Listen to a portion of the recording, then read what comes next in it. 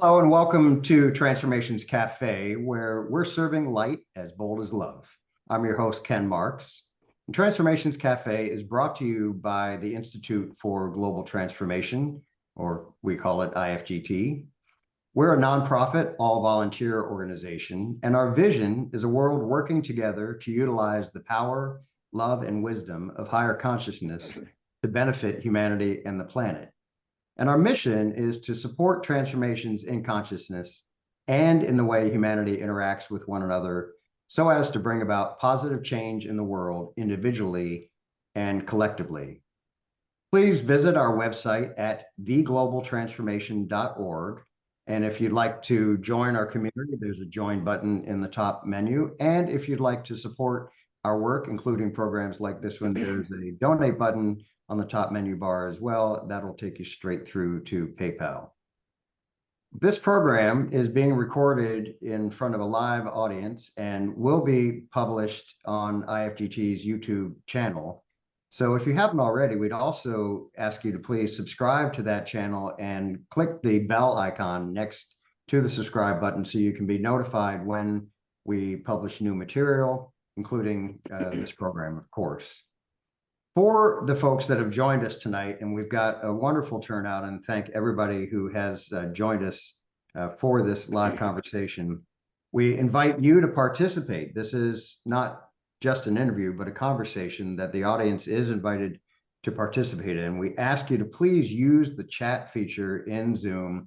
If you would like to come on camera and interact directly with the guest, we'll get to as many questions as we can. If you would like to be on camera, please just type the letter Q, and that will alert me to know that you would like to talk directly with our guest. Otherwise, you can type your question in the chat and I'll read them again, as many as we can get to. So with that introduction, it gives me great pleasure to reveal tonight's guest, who is Dr. Betty Kovacs. Dr. Betty J Kovacs earned her doctorate from the University of California, Irvine, in Comparative Literature and Theory of Symbolic and Mythic Language.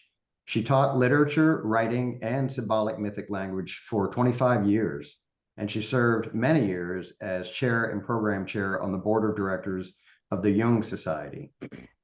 She tragically lost her mother, son, and husband in separate automobile accidents in a short 3-year period. Although she had studied shamanism before her son's accident, after her son's death, she and her husband experienced their son's consciousness, completely changing their lives forever. Her first book, The Miracle of Death, There Is Nothing But Life, is about these altered states of consciousness. She has also written Merchants of Light, The Consciousness That Is Changing the World, winner of the Nautilus Silver Book Award and the Scientific and Medical Network's 2019 Book Prize. And IFGT is formally affiliated with the Scientific and Medical Network. It's a very wonderful organization based in Europe. So that's quite an honor and quite a recognition that Merchants of Light won in 2019. Anthony Cheney's documentary, A Spiritual Renaissance, is about her life and work. And she's also featured with several others in A Quest for Ascension.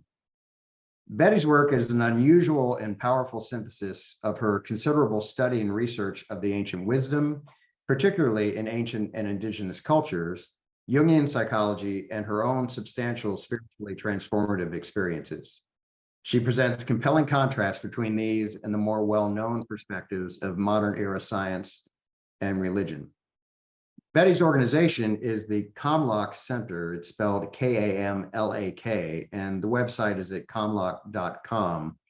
And there is a lot of great information on the website, including links to the many other interviews and presentations that Betty has given that are on YouTube and elsewhere on the internet. There are links to podcasts, and I spent many hours enjoying those, including a fantastic series of 7 interviews that Betty did with Jeffrey Mishlove, who many in our audience may have heard that name. As far as I understand, Dr. Mishlove is kind of like the father of this kind of interview format in this subject matter. I think he started in the 70s, if I recall.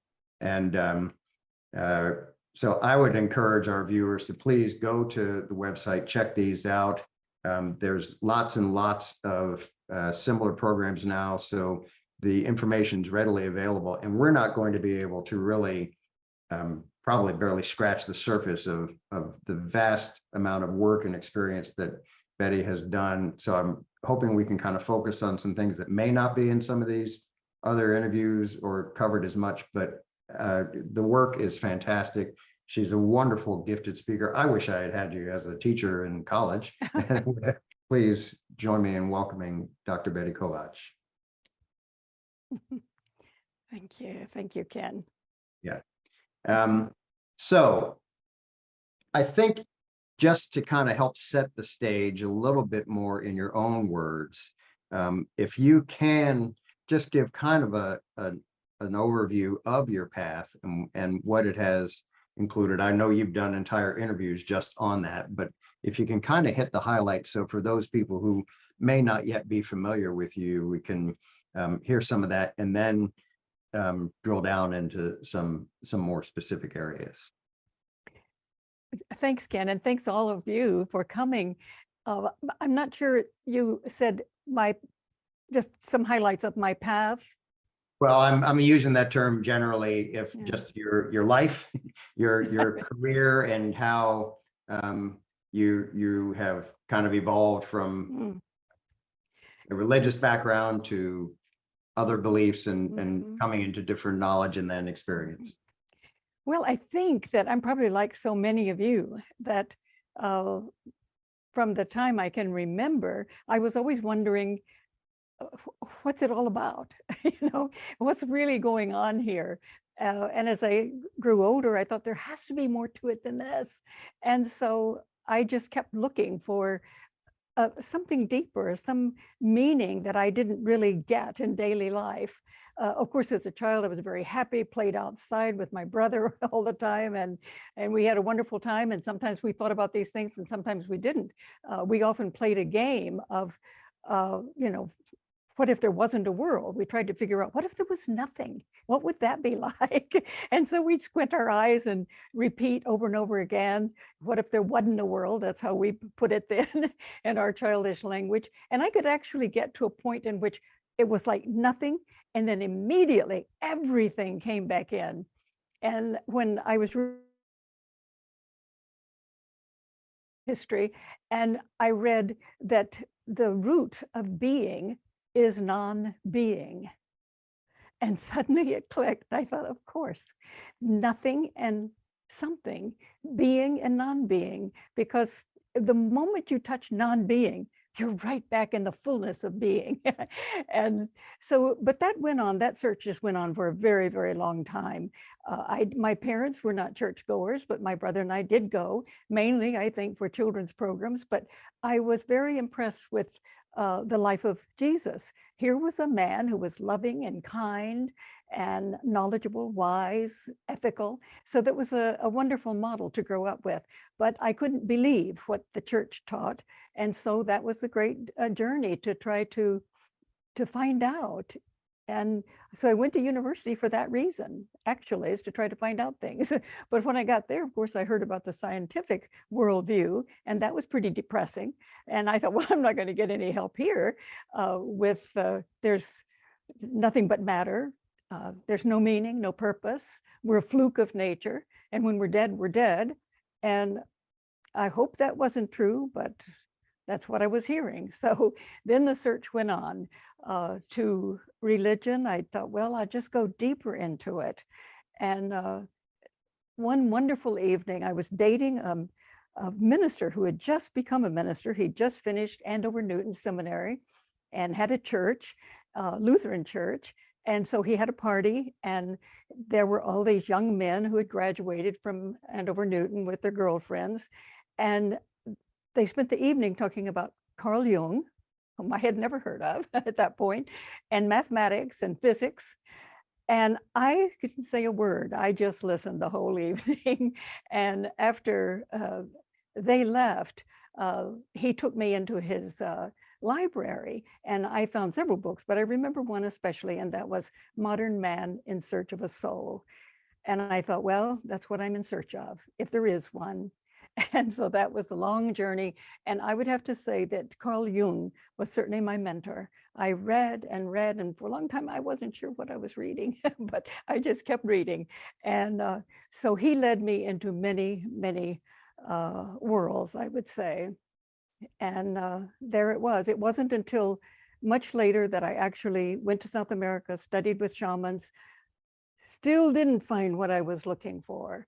But when our son was killed in a car accident, as Ken has said, my husband and I had visions with him, long visions and detailed visions.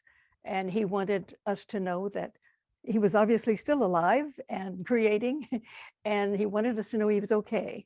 And he also wanted to talk about what was going on in the world in these next few years. And I think I saw his first or second grade, I think Leslie was second grade teacher tonight. I think I saw her here. And that's amazing because he fell in love with her. Like And, Leslie Olson, yes, great. yeah, and I showed her not too long, well, several years ago, that I discovered that he had carved her name on my dining room table. So it's still there. So that was it, a long journey, but it wasn't really until I actually experienced the other world myself. And that is our heritage, but it's been much suppressed and repressed in Western culture.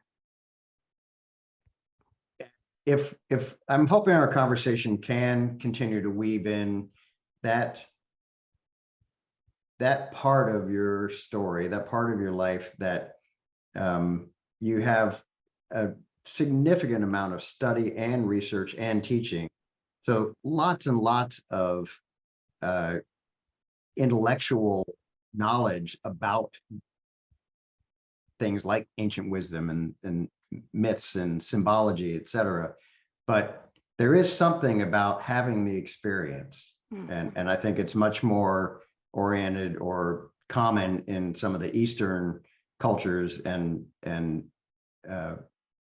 belief systems, or actually experience systems. They don't rely on belief and faith. They come to know things through their experience, and it certainly seems to be where your life took a different turn, I guess, or at least helped you understand things in a different way. And, and I'm sure that I could describe my own life the same way now, and I'm sure several others that are with us and that will watch this later on YouTube will be able to relate. So yes, I think in the West, we too would be talking about knowing, gnosis, if we hadn't had this tradition, which actually did exist in the West very powerfully, but we didn't know that until recently. But it has been suppressed and repressed by the powers that be. But we wouldn't, in the West, we wouldn't be talking about faith and belief, because we would know, we would have the experience, and that would be what would be nurtured in our culture. As a matter of fact, I think the most important thing for any culture, if we want to be truly civilized, is that we nurture our ability to experience the other dimensions of reality. That's our heritage. We have everything we need to do it. But if we've lived for centuries in a culture that tells us there, first of all, isn't anything to experience, and you are a flawed being, you don't have any ability to experience it anyway, that then what is the next best thing? It is to believe that there is something and have faith that there is. But really, we are made to experience it and to know it. Gnosis means know, to know. And to remember things. I guess there have been other guests on this program. Last month, we had the pleasure of interviewing Rob Schwartz, who does a lot of between lives, souls contract, souls planning type of work. And they talked about the part of our human existence that is designed to not remember things so that we can fully have the experience, that if we had the knowledge that we're going to be talking about more and that you were just referring to, our experience and growth as people and as souls wouldn't be the same. We wouldn't have the same opportunities if we came in knowing. So that remembering seems to be a part of it too. Is that something that you've also found in all of your studies and experience? Yes, yes. I think that when we come in, we forget a great deal that we knew. And I think we limit ourselves too. Our ancestors wanted us to know that we are immortal. We are immortal and we are divine, all of us, and we are creative. And I think that we can create many different personalities and characters as we come in so that we can meet others and experience the others in this dimension of reality. How wonderful it is that in matter we can discover ourselves in so many different ways and relate and suffer and have joy. I think there's so much that we can create in this dimension for our joy and for our growth and development, not only individually, but as a whole species. So with that, a lot of what I've heard you speaking about in some of the material I was reviewing, getting ready for our conversation, is that there are so many similarities in what some might refer to as the wisdom or ancient wisdom that you have found in different places across the globe, across different times in humanity's existence and in different cultures.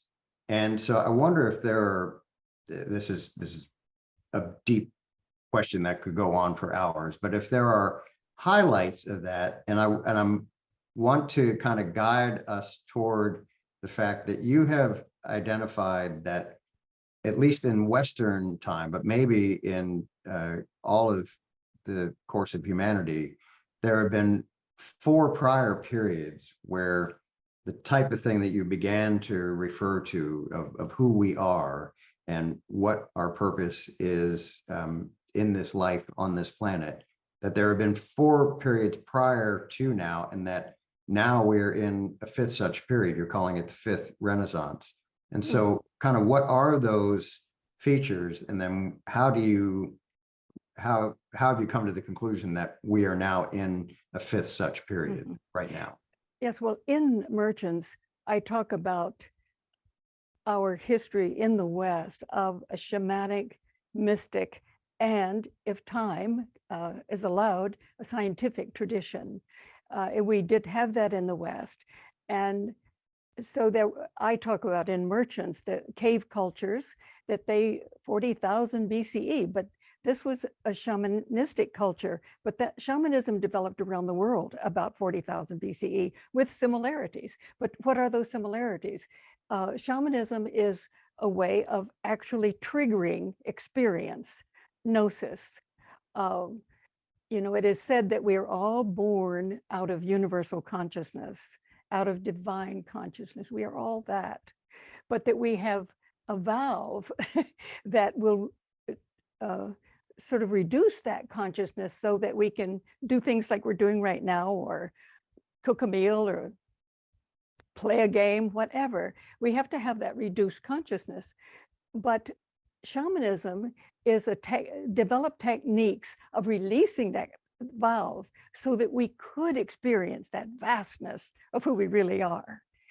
Of course, there's some real shysters among shamans, as in all fields, I guess. But those shamans who were truly sincere were capable of triggering the release of that valve so that we could experience who we are. And that is the core of all religious experience. It is experiencing the spirit dimension. And that has such a vast potential and there's so much to experience that we can all experience so many different things. But the similarities within shamanism is simply this, that we are able to trigger our ability, our natural born ability to experience gnosis, the divine in ourselves. So with that as kind of an overview of the fact that this has been something that has been recognized at different times in our human history, then you do think that we are now in one of those periods again. Yes, this time. Yeah, and so I realize no, I realize I didn't answer your question. So so yeah, let's go ahead and because I think it's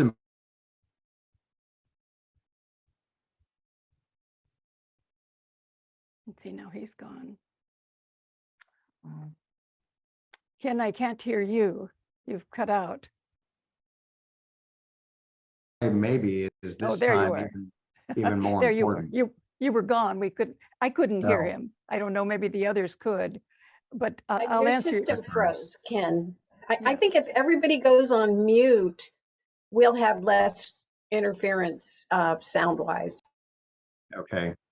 So okay, I will answer the question you had asked now a couple of times. I'm sorry, because I wanted to say, first of all, that we have a history. Unmuted. Betty, I'm sorry, you have to unmute. No, she just went on mute. Yeah, She's Betty, muted. you can unmute.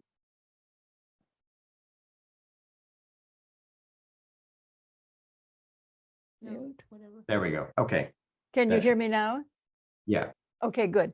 So I was just saying that in the West, we have a profound history of a spiritual tradition, a shaman, mystic, and scientist, when there was time to go there, because always when we have these experiences, of course, we want to understand them scientifically. So our earlier scientists were also mystics. And that I wanted to make very clear that we had that tradition with the cave cultures, megalithic times, and also old Europe and in Egypt, and also the first temple was of Judaism, was shaman mystic tradition.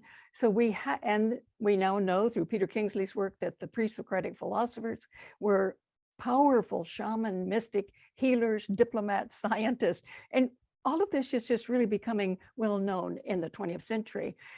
But the Deuteronomist in 621 BCE completely censored the first temple Judaic tradition that was shaman mystic tradition. Margaret Barker has done wonderful work showing that. And so then it was to simply follow the law. There was no more emphasis on experience. And she shows that Jesus was actually an attempt to give a rebirth to that ancient shaman mystic tradition, that he was a shaman. But when the Roman Church came around, they took that, the teachings of Jesus, made him a god rather than a shaman mystic and someone outside of ourselves to worship. So they really censored Europe for 700 years. Everything was closed down. Academies were closed, temples were destroyed, mystery schools were destroyed, whole cultures were destroyed, and people were murdered. So there was a tremendous silence about any kind of inner experience, because the mystic in the Roman Church is the heretic. And so if you talked about inner experience, you could get yourself in trouble. So after 700 years of this, there was an absolute explosion, you might say, or tremendous blossoming of this ancient shaman mystic tradition that was deep in our culture. But also it was sparked by being surrounded by Islamic cultures to the south of Europe and all the way up to Cordova in Spain. That was Muslims and Christians and Kabbalists worked together and studied together in Cordova, and they very much influenced Europe. But it was around 700 years later, 700 years later, after the church had censored it, that there was this tremendous blossoming. And the one thing in the studies that I just was most amazed with was the absolute beauty and intellectual knowledge of the High Middle Ages, about 1000 to 1300, that we had the Parzival Tales, for the search for the Holy Grail.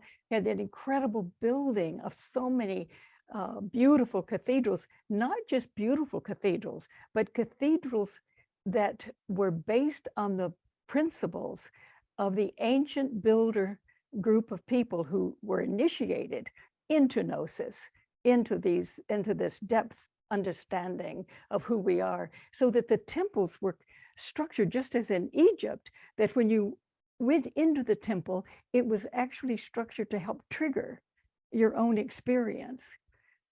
And there was a group of teachers, around 1000, at Chartres, for example. Because Chartres, many of the cathedrals were places of high learning and experience, but Chartres really was the place where the tradition that Jesus taught in early Christianity, which was a shaman mystic tradition, the hidden tradition that Jesus taught, it actually blossomed at Chartres, because these teachers taught all intellectual knowledge that was known at the time, and they also they had ways of triggering this experience, gnosis, in their students. And so it was really what is our heritage, to experience and also to know intellectually, and that these two aspects of the brain, you might say left and right brain, working together with the heart, bring this knowledge. And it was just absolutely beautiful in the High Middle Ages. So we know that was an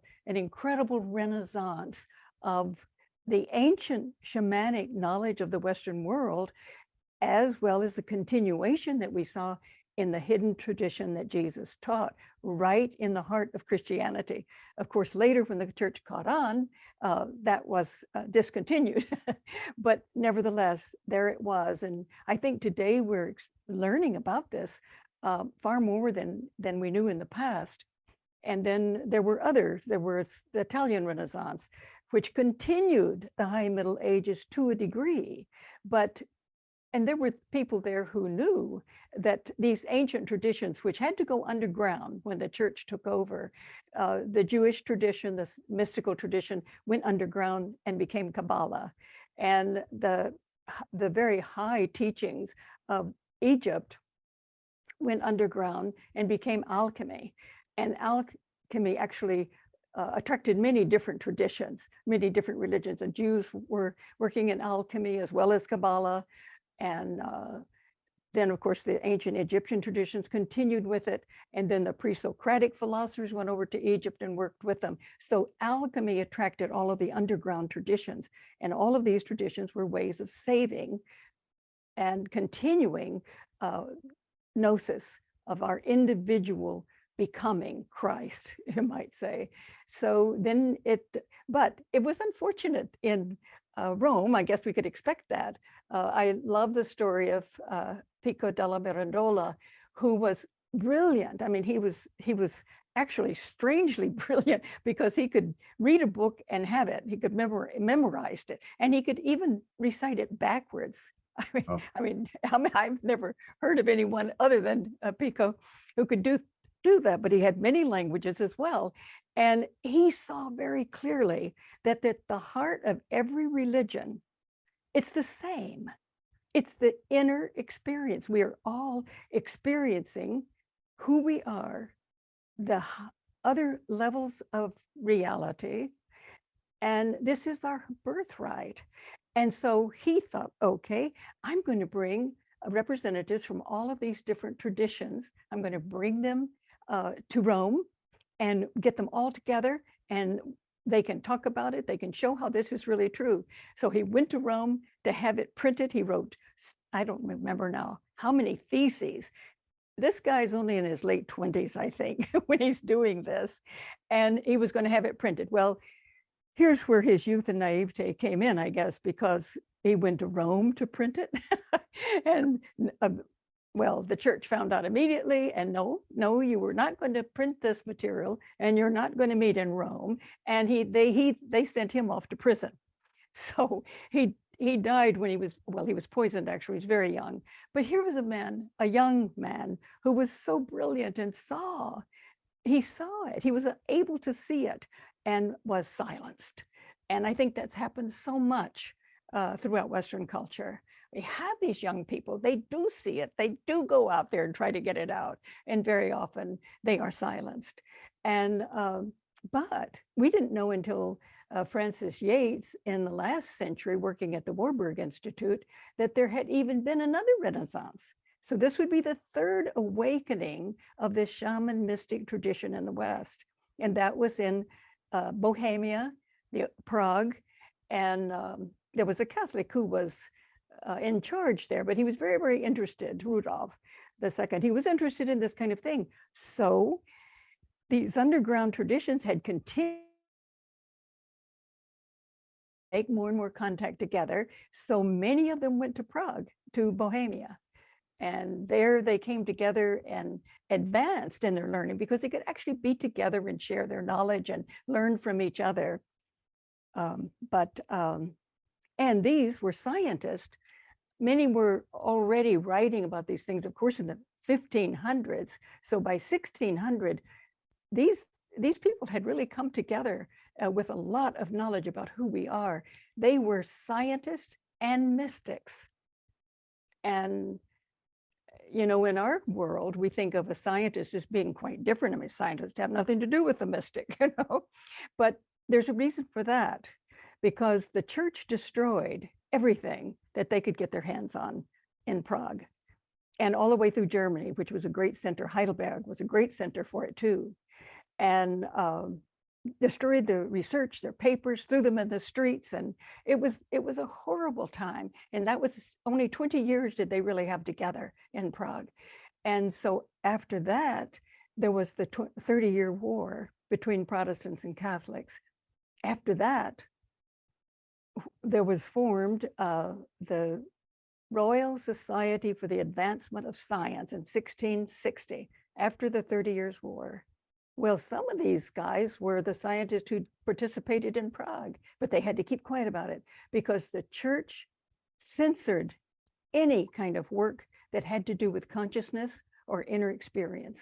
And that's how we got a material science. I didn't know that before. I didn't really realize. And I think that scientists forgot it too. But there they were. It was, we ended up then, of course, after the Renaissance in Bohemia, the Rosicrucian Renaissance, a great awakening that was scientific and mystical, mathematical. As a matter of fact, they were the ones who gave mathematics to scientists, later scientists, as a way of understanding nature. It came from the scientists and mystics. So there it was now. Then that was gone, but in Germany, you know, Germany was that Rosicrucian Enlightenment was very much in the soil and the hearts of German culture. And so Goethe in the late 1700s his father forced him to go to university to study law. Well, he got sick at the university studying law, went home, and his mother sort of knew what was wrong with him. So she put him in touch with a friend of hers who was a pietist. Well, what is a pietist? It's that underground alchemical tradition still in Germany. And Goethe was brought up on this. He actually was a great alchemist. And so then again, it was born in the German culture, and they resisted this business with the French Enlightenment. You know, the French Enlightenment philosophers said, you know, we have reached the apex of all knowledge. That's intellectual, left brain knowledge. Everything else that came before, we don't need it anymore. It's nonsensical. So it was all left brain, just as science was all left brain because of the censorship of the church. And this determined Western culture, that we would be a left brain culture. And we're suffering the consequences of that today. So Germany in that Renaissance resisted that. They'd have none of it. And they said, no, we are creating a new mythology, which is a new way of experiencing our own wholeness, which is the right brain, left brain, and heart consciousness, the consciousness of the heart. all of the great wisdom traditions talked about the wisdom of the heart. The heart is the fifth brain component, which we know today.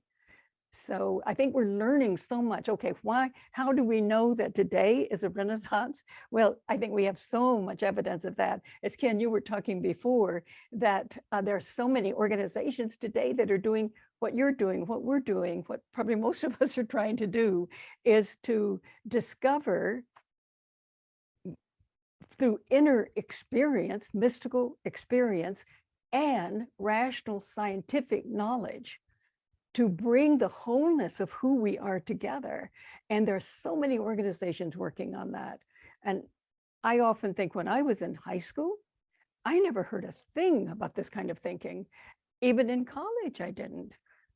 So there's so many people who are looking for something beyond Western religion that is intellectually passed on.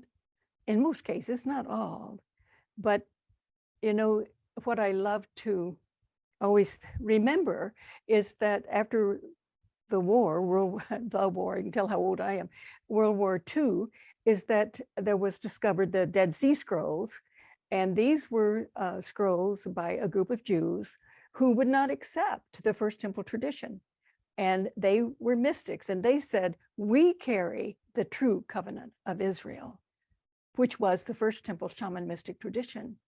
And we also discovered texts in Nag Hammadi, which were Christian texts of around 400 at the time the church took over. We know that the church fathers went there and they saw those texts and they said, you either get rid of these or we will. But the monks hid them, buried them, and we found them.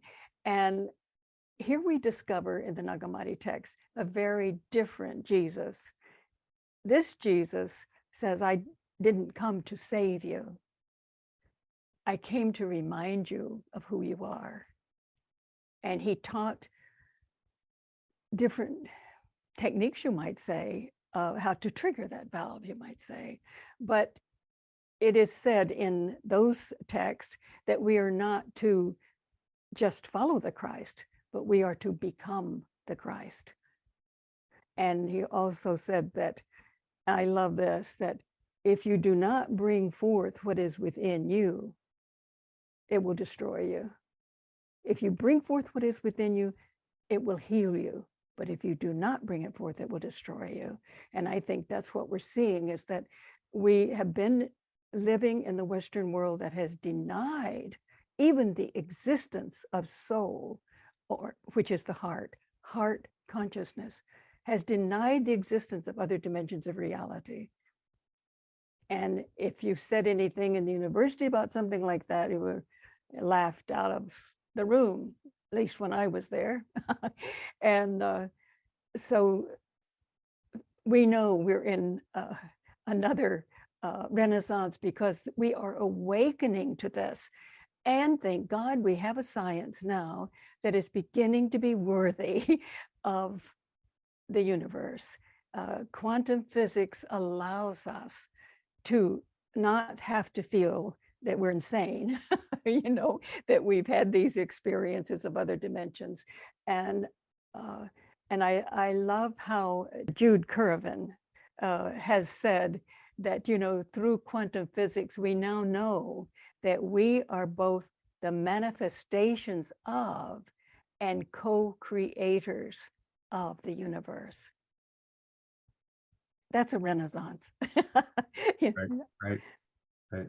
Betty, thank you.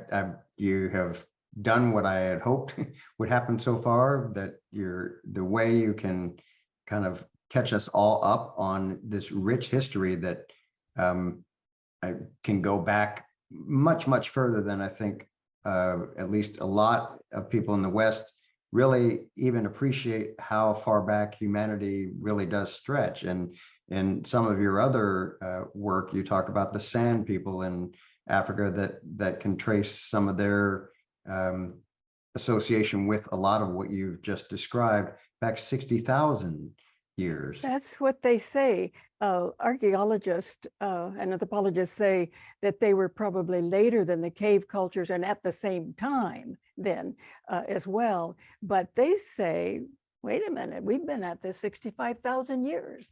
We've known how to experience cosmic consciousness. And Bradford Keeney had done, and his wife Hillary had done some wonderful work over many, many years with them. And he's written books about them, and they're really wonderful.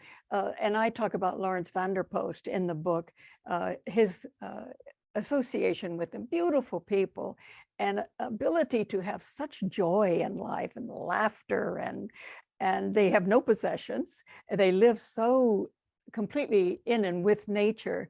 But their technique was dancing in order to dance into this altered state of consciousness. And sometimes they would dance all day, all night with different types of bells and jingles. And most of the men were shamans as well as the women. So they all were becoming experiencers. But what I loved about that is that I think Bradford told them that there's, in the east of the world, there are those people who, do meditate. They're in ashrams and they sit and they meditate alone in order to achieve this state of consciousness. And their response was, alone? It was so sad. Why would they want to do that alone?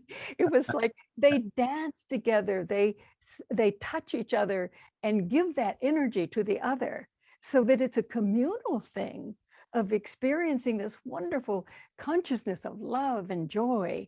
And I was just amazed when I read that they could actually, that energy is so real that they could just shape it into a little spear or a little needle and throw it at someone. And then they'd waken that energy in them. I wouldn't mind if someone threw such a needle at me, it would be, that's great. But they could see, then of course they were there to be with the person. And I know that I've seen in the cave paintings that people seem to have all these darts or needles in them, and we never knew what that was.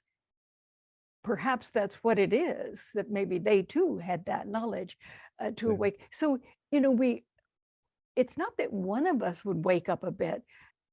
They had a sense of what I think, are coming into, of community, in which we want everybody to wake up. And each one of, what was I reading? I guess it was Morjani, the woman who had a near-death experience. Well, death experience, they would say in the UK, they don't say near, they say it is death. But she had the experience, and she said she saw, like all of us, the whole species, she saw this vast tapestry of all of these incredible threads, and it was forming the most beautiful tapestry. Everybody's thread was important. It was, and when we have that kind of experience, and we know every single one of us is here to create these threads, a beautiful thread. And the tapestry she saw wasn't going to be complete without every single person's thread. When we know that, then everything is not competitive, but how do we work together? How do I help you? How do you help me? To create this beautiful thread that I like how the Native Americans say that we all came to create a certain medicine, that our lives are creating a medicine. And that's what we give to the world when we leave, a particular medicine. And every single medicine creates one of those strands, so and the San are absolutely beautiful reminders of that.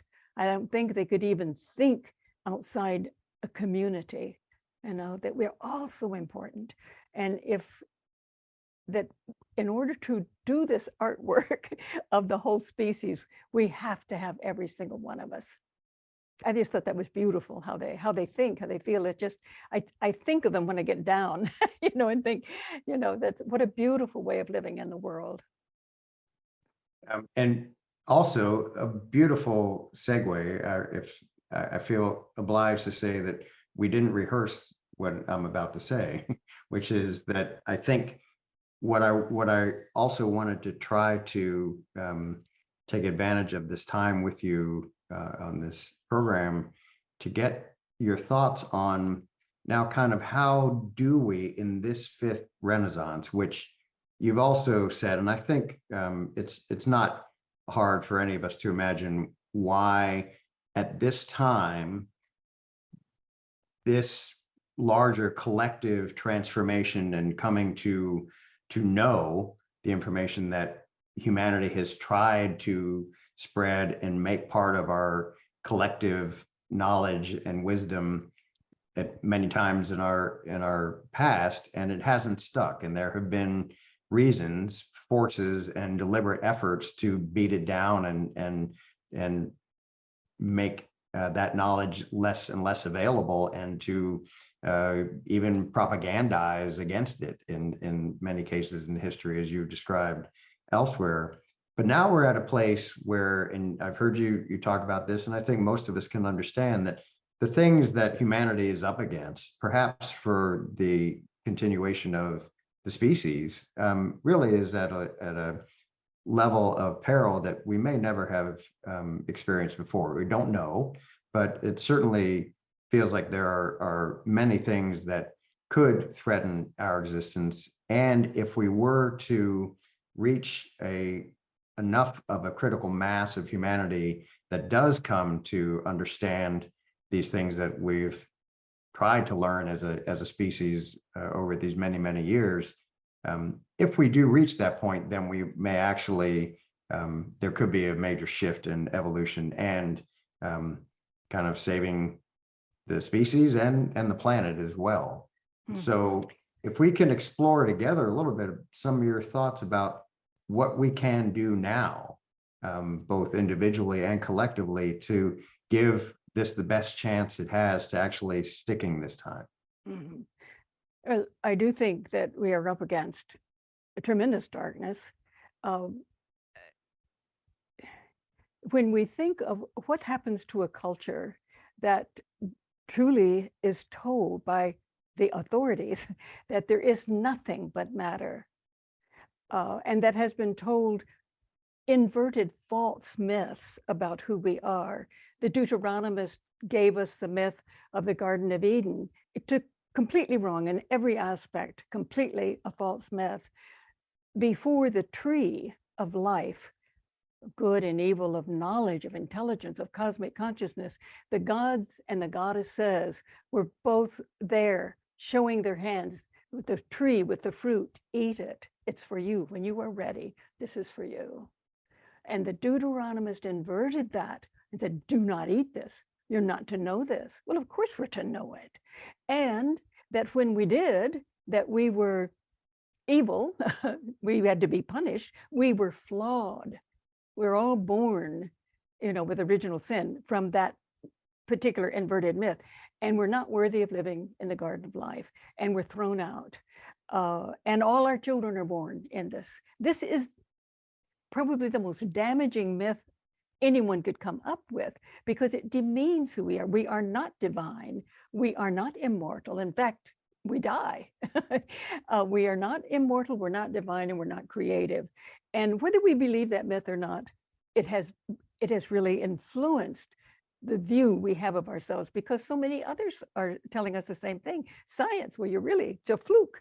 And so this is really difficult. What happens to a culture? What happens to our children when they're given this toxic myth of the old Deuteronomist and the limited science? My husband and I both had powerful visions of the toxic clay that we give our children, the toxic clay and these stories and myths and so-called scientific worldview. How can you live with that? I remember Rick Archer started his interview with a young man in Michigan who had killed many people in serial killing. And he said, the earth is empty. It's dead. Well, that's the toxic clay. And of course, it's so untrue. And my husband had a vision that our work is to find the pure clay, that pure clay for our children.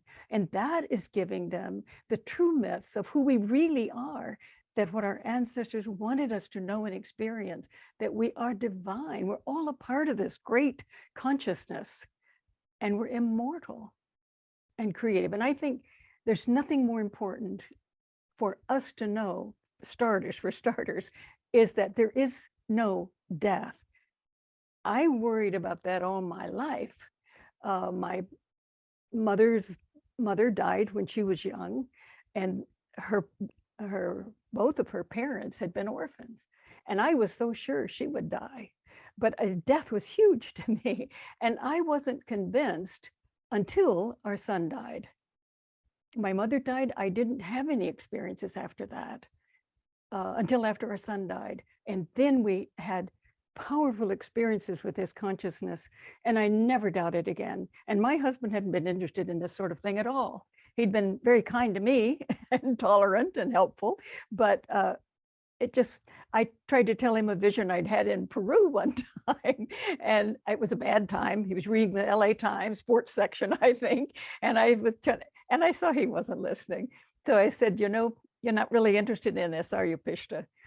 And so since he was caught, he said, you know, I know what you're telling me is true because I know you, but I've never experienced anything like that.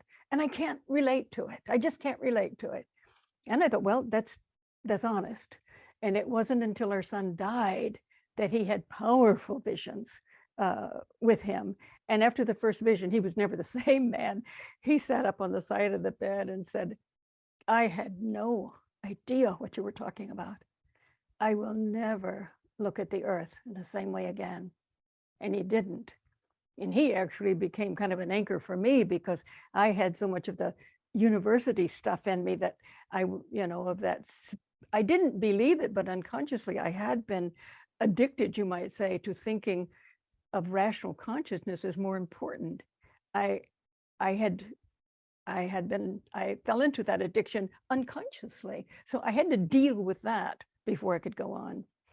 So I think the first step is knowing there is no death. And once we know that, then we know there are other dimensions of reality. And then I think we have to work in the best way we can with each other to try to develop ways of experiencing who we are. It is what we should be able to do. We have everything we need, the mind, the heart to do it. But I think we have to be kind with ourselves. It's kind of hard sometimes because we've been lied to for centuries and brought up with nothingness. So we have to gradually discover ways that we can step into this vastness of who we really are. And I think that's what our generations today are trying to do. There's so much in what you just said that is so helpful. One of the things that we realized some time ago, the idea that the kind of maybe the way to thin the veil or to help transcend the conditioning that we've all had of the things you just talked about, that we are not immortal, that we are not creative, etc., is through understanding what truly happens when this lifetime ends, and how it actually is continued in another form. That's really helpful. And we have had other programs. We interviewed the person who coined the term near-death experience, Dr. Raymond Moody, and his colleague across many of the books he's written with Paul Perry. And there are references that I've become familiar with, and some of the people in our audience are taking a class with me, that there were predictions, at least back to the 1950s, that it was this knowledge that you're talking about that would be scientifically proved, and we've either actually reached that, and it just hasn't reached the critical mass of people yet to understand that what is now known scientifically about our existence after this human body is done carrying our soul, basically. So are there other things, though, that you can suggest that we can do to help people understand this? What I was going to say is IFGT has used the term the tipping point, which we obviously didn't coin, but in this context, seeing that it doesn't mean that all 8 billion people now on the planet have to come to this awareness, but a critical mass has to. And I'd like to do the analogy to, at one point in human history, it became accepted that the sun, not the earth, was the center of our solar system. But it was conceivably at one point, there was one more person that got it. And then it became kind of accepted as known fact before everybody on the planet may have accepted that. And so in the same way, we need to reach just that tipping point of that critical mass of people that would come to understand the things that we're talking about this evening, to then say, okay, this now is no longer just the purview of a select few, or that it's woo-woo, you know, that this is the way things are, and it's just understood. We don't have conversations anymore about the sun being the center of the solar system, for instance, or Yeah, we I generally, like that. Yeah. and so at some point when we reach that tipping point, there wouldn't be much interested in this conversation probably, because it would That's just be it. no, right? And so, Yeah, I like that. Yeah, but I there like that. are, but I don't think it's a passive thing necessarily. And it isn't something that we can necessarily just rely on each of us kind of spontaneously having experience. But I think there are things that we can also do individually and collectively. Mhm. But I want to hear your thoughts on that. What are other things that we can do? Well, I like very much the thought that there will be a time when we just know, of course, there's no death, you know, and that what we're talking about would be kind of boring because, of course, it's known. Certainly, I was very influenced by the work of near-death experiences. Millions, millions, millions of people have had these experiences because I think the suffering, I don't know how we have even survived the worldview that we've had, that there's nothing, and that when you're dead, you're dead. When we can love so deeply and so profoundly, and then that person not be with us anymore. I don't know how it can be survived. And so that's why I feel that we have to know that there is no death. And before I knew through my experience, near-death experiences helped me. And other people's experiences, even very small experiences, made me think, but then there must be something. There must be another dimension. And actually, the work of study really did help me, because that gave me other people's views. You know, I could study what, for instance, the Sufis, who were mystics and profound thinkers, that they actually had experienced 3 different dimensions, you might say, of reality. And all over the world, many people have experienced this, that there is the world of pure intelligence, no form. But it's constantly, of course, blending into, you might say, the archetypal world or the spirit world. And the form, when pure spirit goes into that dimension, it takes form. And then when it comes into the physical dimension, it takes physical form. We're just reading about people who'd had these experiences, who had this knowledge, helped me. And so I think all of that is important. But I think the most important is that we help to create a culture that is focusing first and foremost on who we are and how do we develop, and what are the best ways to help our children develop and to help them understand the cosmos of which they're such a part, so that we know from children on that there is no death and that we are part of the cosmos. Our ancestors did this. Nothing was more important than understanding nature and understanding the laws of nature, not to be obedient to those laws, but to love and commune and to relate to nature in such a way that we played the role that we're here to play, that we are co-creators with nature. Nature is our body as well. So I think that these things, I know Joseph Chilton Pearce talks a lot about the mind, the brain, the soul. And he said, we really have to have people who model this for us. And we have had models. Buddha and Jesus and others have been models. But I think that it is now on a much more daily basis. We model for our children, we model for each other, we see others, we take after them, we learn from each other.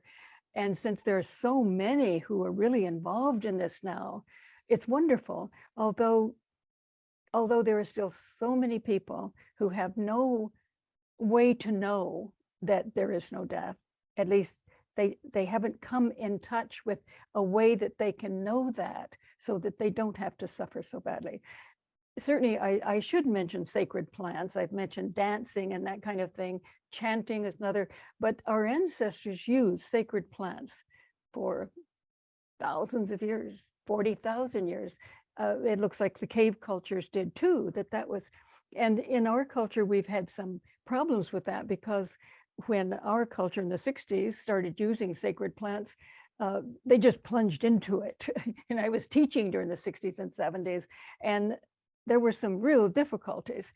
But for ancestors, these plants are filled with spirit, who have come in the form of a plant to co-create with us, so that if we take the plant and eat it in a sacred way, that our consciousness and the consciousness of the plant blend and open us to this other dimension of reality.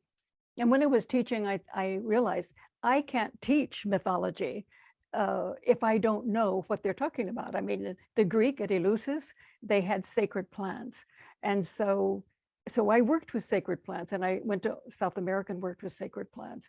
And it is, I see it in that way. It is a relating to nature in a co-creative way, in which we are opened up to larger dimensions of reality. So that's certainly one of the ways that have been used, and is used far more than we know today by very responsible people, not the way it was done in the 60s so much. Although the 60s changed the course, I think, and helped to open the Renaissance.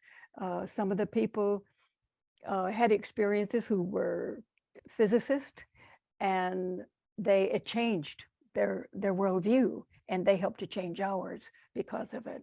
Fritjof Capra, for example, talks about that. I mentioned him in the book, but others are mathematicians. I mean, they understood it in such a much vaster way with that experience.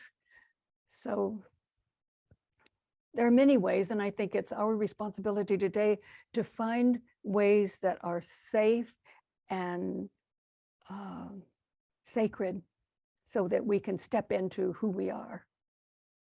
And not, I assume that applies not just to the use of plants, but in all the ways that we could come to know these things ourselves, and then to embody them and make them part of our lives, so that works toward this tipping point.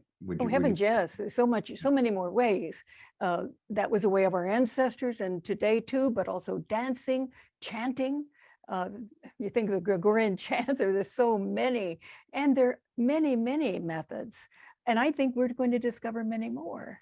You know, it's here we are in this situation in which we know we have this ability, or at least some people say we do. And so, well, how do I trigger it? How do I do it? What is the most sacred way that I can experience who I am? Jesus taught the round dance, for example, and things like that. I think that there are probably infinite number of ways that we can open to who we are. We talked about this a little bit, and I may try to weave in one of the questions that was put in the chat a while ago. I just didn't want to interrupt the conversation. And you had alluded to this earlier, and I talked about it before we began this recording, that as opposed to the other periods that you described so lovely and earlier in this program and on many other places that people can hear you describe in even more detail, our history of kind of coming to know these things, probably, unless there were advanced cultures that had our communication technologies that we don't know about. But this may well be the first time in human history that information can be shared so broadly at such a rapid pace, and that a lot of the information that is now available used to be kept secret. It was deliberately esoteric for a variety of reasons. But now it is out there. And I know my experience in part of my journey and exploration is that at times it's overwhelming. It's almost, where do you start? And one of the people entered in the chat that they were fascinated by your description about the different historical Renaissance periods, and wondered if there were texts that could be recommended where to start. And someone did provide one, the Francis Yates book that you mentioned. But yes, there are scads. Probably look at the shelves behind you. I mean, that not all of them are dealing with that subject, but I'm sure you have volumes that. So where would we start in that particular area? But also now, if you Google consciousness or spirituality, or you go on any of the social media channels, there are just overwhelming numbers of groups and interviews and people. And so I wonder your thoughts about that. And are we all already almost at a point or past the point where we're saturated? And do you see the possibility that we could begin working together so that there aren't these thousands or maybe even hundreds of thousands of individuals and organizations kind of all saying, yeah, I get it, listen to me, when we're kind of all talking about the same thing, and could become a lot of noise? Just your thoughts on that.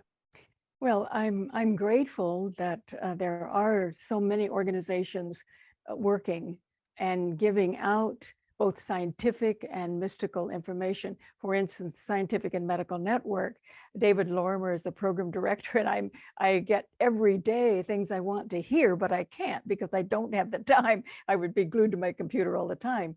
So I think I'm glad it's all out there, and that we can choose, what we want to watch, that it's available. It wasn't available earlier. And as far as I do have in my book, In Merchants of Light, for each of these periods, I have the major scholars who were very beneficial to me and helped me in my learning process. So the book itself has the bibliography. But I wanted to add too that I think it is true. There's so much information. It's true. But we can choose, we have to choose. But I want to, this reminds me of two things I want to say. One is that I didn't really answer a question earlier about the darkness that we're up against in this. And I do feel that we have to be aware of what's going on. And we're not going to be aware of what's going on in the world through corporate media. They own the media, and they're going to say what they want us to know or hear. So we have to be clever in discovering independent sources of information about what is going on in the world. And I think I had started to say, and did say earlier, that we have, or you might say our brothers, so many brothers and sisters on the planet who have been so damaged by this emptiness, this darkness, this toxic clay that they have been given, that they do have plans, technocratic plans for our future, and to merge the human species with the machine. If that happens, it's over. So this fifth Renaissance period is absolutely crucial to the survival of the human experiment. And I think that we have to know the darkness. We have to be strong enough to face it. And of course, we're encouraged never to say anything anywhere, lest you be taken off YouTube. But we really have to know what we're up against. I had a very powerful experience, visionary experience, to work on what has decayed. And actually ML, the merchants of light, are associated with that. I think that we have to work, what has happened to these children who've been fed nothing but the toxic clay? And we have to know what their plans are, and they're very open about it in one sense, not on TV necessarily, but that's one thing, that we must work on what has happened given the limitations and the repression and suppression that we've experienced. But I think one thing that also is encouraging to me is that in our experiences, I realized that this, my husband had this experience of look up the hexagram that had straight, broken, broken, straight, straight, broken. And when I looked it up, it was work on what has decayed. 18th hexagram, work on what has decayed. I think that is a message for all of us, that we have to be aware of what has decayed in our culture, why it has decayed, and how can we heal it. The other part of that experience is, I said to him, well, how did you remember that? And he said, well, that's easy. It's ML, with straight, broken, broken, straight, that's an M, and then a straight line and fallen line, L.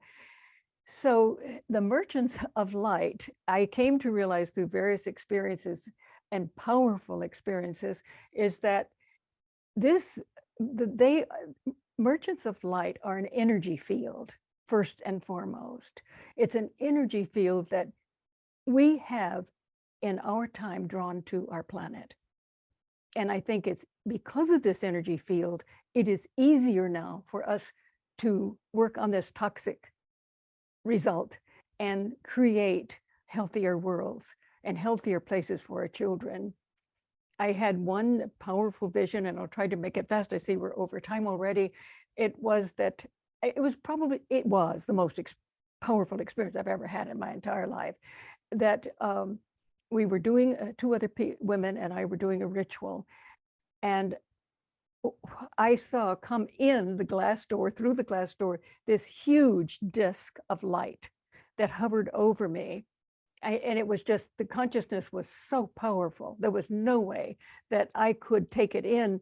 But out of the center, at the bottom of that disc, a figure spiraled out and into my head and down into my heart, a feminine image. Here we had the round sphere, and she had a square satin hat on, and she began to sing through me. And even the other two began to experience something like that too. They didn't know exactly what was happening, but since she was singing through me, and she made it very clear, she said, "We are the light that has surrounded your planet." And I knew that it had been for a very long time. And she said, "You have called us. Your planet has called us, and we are here." In other words, I realized that we as a species have called for higher frequency energy field of light to be drawn to the planet, and that now we can accomplish a lot more than we could perhaps in the past. And she said, I knew when they were connecting to the earth. And how did they connect? Through all of us. We became those points, each one of us who was interested and wanted more, longed for more, that we could become that anchor of that light in the planet. And then I realized that it allows beings with higher frequency to be born. It allows us to achieve that higher frequency. So I think we've got a lot of help in this particular Renaissance. And why do we have it? Because we longed for more. We loved and we wanted that. And we have now connected it to the earth. Nothing that I ever experienced was more convincing, more real than that the connection of that light has taken place. And we are at a higher frequency. And one of the people in our audience asked, when did you have that experience? It was before the deaths. It was in 1990. Yeah, it's one of the things I think that is also available to us now, and you talked a little bit about this. I don't remember if you actually used the term quantum or quantum sciences, but you were talking about how science today can actually, it's proving some of these phenomena. And so things like you've experienced and I've experienced that once upon a time probably would have gotten us to get some help Yes, indeed. in rooms Yeah. with no sharp corners and covered walls. Yeah. And unfortunately, a lot of people did suffer that fate when they would have a spiritual emergency. That's Things right. and so we've come a long way, but we do now have the science that can kind of help us orient to that. And I just wanted to say also that in addition to what you were commenting about earlier about understanding the true nature of death and how near-death experience stories and books that you can read. I've had some incredibly helpful experiences watching people describe live their near-death experiences. So had similar experiences as you, and how helpful those were in managing losses that I've experienced.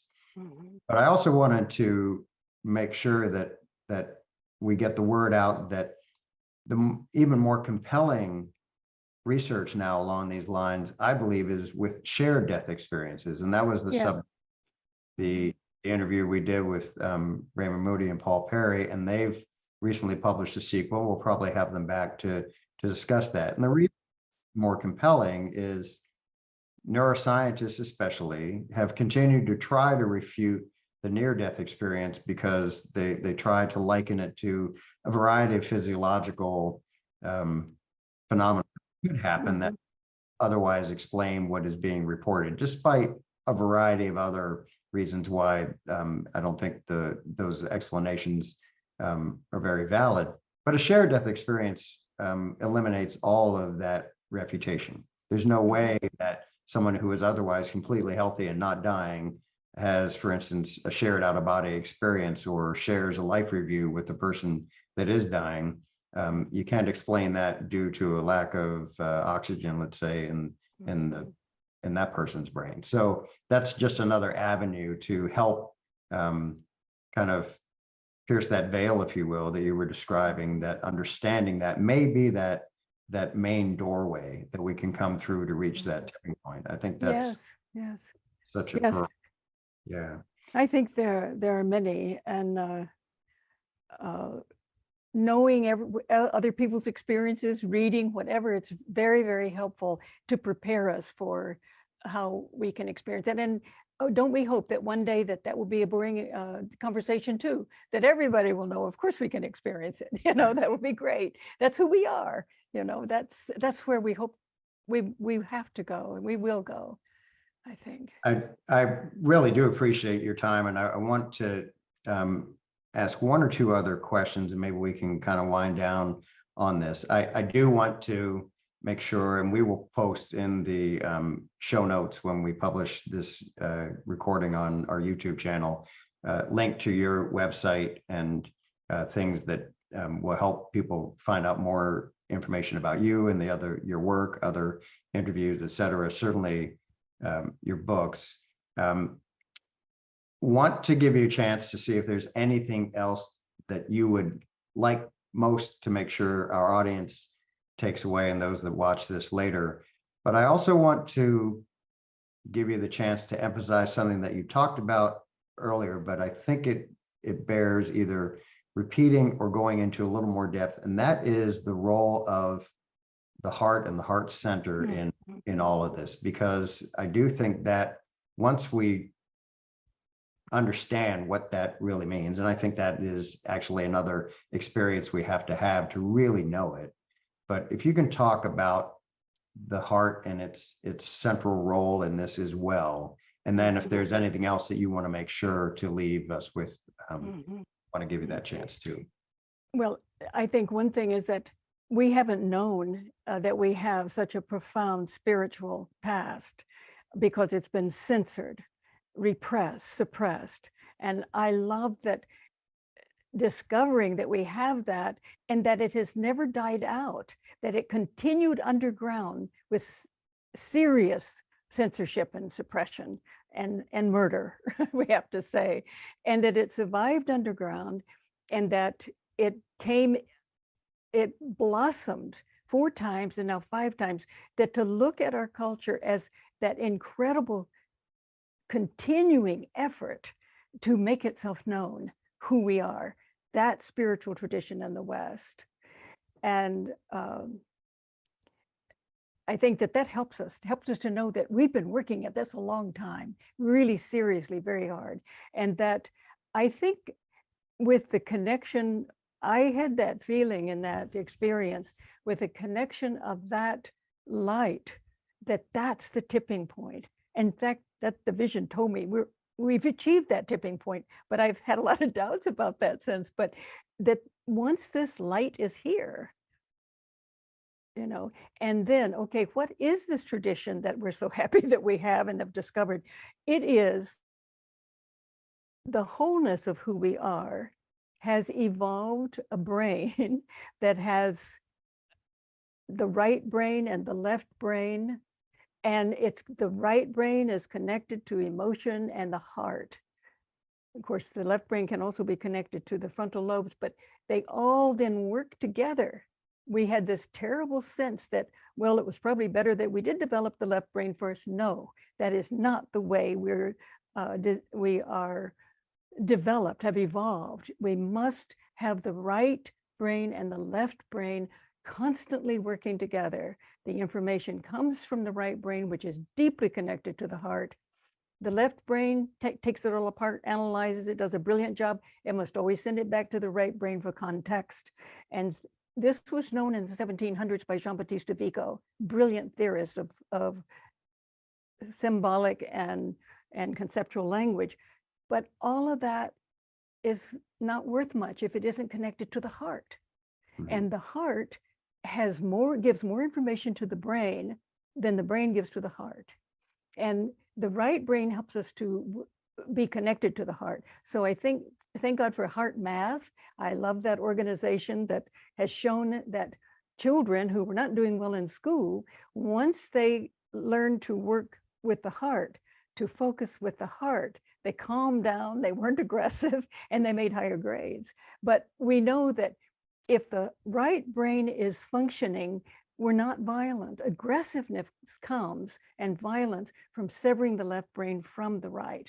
Much of the violence began when we did reading, the linear process that separated us from that wholeness. So this whole tradition that we've been talking about has to do with the wholeness, with all of the brain components working together, rooted in the heart. The Egyptian civilization knew that there was no way that civilization could evolve at all if it was not rooted in feeling. Feeling was everything. We have to feel our ideas, feel and love, and then it blossoms. So that's the tradition, and it's our tradition. Even the pre-Socratic philosophers, Peter Kingsley tells us, they were experiencing samadhi. We were going in the way of the East, but all of that was destroyed. We didn't even know. And when I was in school, the pre-Socratic philosophers were just intellectuals. I didn't know that they were powerful shamans and dream therapists, and as well as diplomats and scientists. So we have a rich history, a lot to draw from. And it is a history that is active and alive, and it's been moving for thousands of years to come to the surface and become a part of surface consciousness, to become whole. That has been the thrust for so many years. And maybe we really are at the tipping point. At least if we're not, I think we probably are close. But that means that we have to have the power then to look at the dark and understand it and work with it. Yeah, and that, so that's directly related, I believe, because the ability to look at the dark and work with it is by bringing light. And that light is then directly connected to what you were just saying about the heart. Exactly. And as someone said so beautifully, is that if we weren't bringing the light, we couldn't even see the darkness, could we? That we're seeing it's, I think the darkness is coming to the surface because there is light now, and we're able to deal with it. But it's surfacing so we can deal with it. I mean, there were times when I said, oh, I didn't think this was so bad or that was so bad, but we're seeing better, and maybe we're seeing better because we're bringing the light. Yeah, yeah. As I said at the top, I could probably enjoy without question the opportunity to talk to you more and more, and enjoyed watching Jeffrey Mishlove and the series of 7 interviews you've done with him, which really covered things beautifully and a little bit more detail. And I don't know whether you're going to go back and go for more with him. We'd certainly love to have you back, but this has been wonderful. Is there anything else that you would like to make sure that that folks that are watching this interview can take away that you haven't already shared? I think I probably already said enough. Well, it's again been wonderful. I thank those of you who have participated. There's been a good chat going on, and again, thank our audience. Thank you, Betty. It is just and truly a delight. It's so important. This is not just information that's kind of there to stimulate us and entertain us. It is important, and you made a beautiful case for why it's so critical, and the opportunity to participate in this at least brief way with you and working together. It's a joy, it's an honor, and a privilege. And so I think we all owe you for dedicating your life to this, and definitely for this evening as well. So thank you. I thank all of you so much too. Thank you so much. And I'm honored to be able to talk with you. And so thank you. Yeah. Okay. Well, that's it. I would invite those of you watching to also look at the other programs that we have done. Obviously, as I said earlier, there's scads of information now out there, but we are building a wonderful library of programs, and on IFGT's YouTube channel, we've got a lot of other resources. So invite you to explore that as well. And let's keep our hearts open and work to bring that light to the world. It's great. Thank you. Yeah, that's good. Okay. Thanks very much. Thank you.